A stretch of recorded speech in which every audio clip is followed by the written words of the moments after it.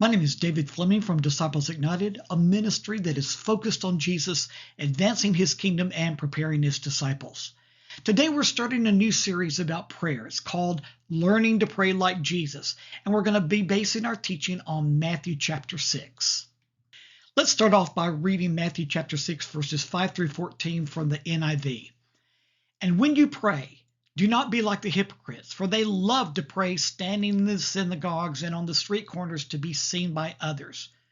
Truly, I tell you, they have received their reward in full.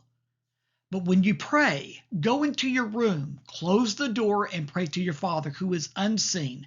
Then your Father who sees what is done in secret will reward you. And when you pray, do not keep on babbling like pagans, for they think that they will be heard because of their many words. Do not be like them, for your Father knows what you need before you ask him. This then is how you should pray. Our Father in heaven, hallowed be your name. Your kingdom come, your will be done on earth as it is in heaven. Give us today our daily bread. And forgive us our debts, as we also have forgiven our debtors. And lead us not into temptation, but deliver us from the evil one. For if you forgive other people when they sin against you, your heavenly Father will also forgive you. It's very interesting how Jesus starts out teaching us how not to pray before he teaches us how to pray. Why did he do this? Well, we've got to remember, Jesus was dealing with a very religious group of people who prided themselves on their prayer lives. They prayed all the time, and they thought that they were very good at it too. And Jesus knew that if he was going to teach them how to pray in a way that was going to be acceptable and pleasing to his Father, they had a lot of unlearning to do. So he started with the basics. Don't pray like hypocrites. In Matthew chapter 6, verse 5, Jesus said this, and when you pray, do not be like the hypocrites, for they love to pray standing in the synagogues and on the street corners to be seen by others.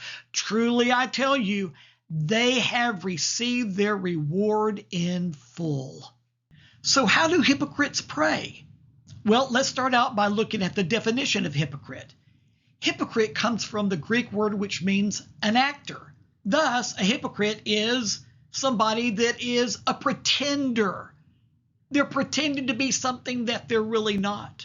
Now, a prayer is not a stage for acting before men.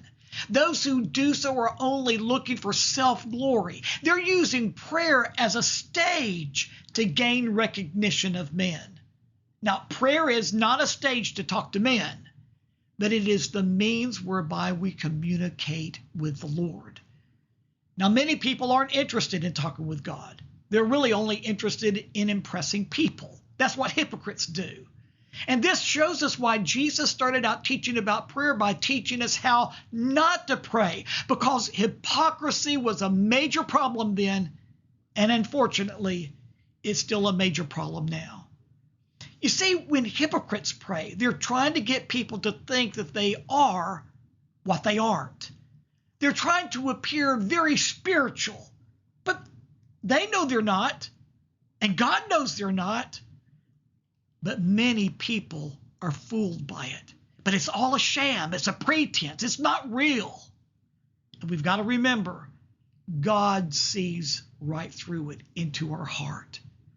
Now, those who start acting instead of being real with God in their prayer life have already fallen into the hands of the master deceiver, Satan himself. He is the father of lies. Many people are impressed when hypocrites pray, but Jesus isn't. And the prayers of hypocrisy have never been effective, and they never touch the heart of God. So Jesus is going to teach us how to really pray powerfully and effectively. Now join me tomorrow, because we're going to get into some qualities that Jesus wants us to have that will make our prayer life powerful and effective. So join me tomorrow. I'll see you then.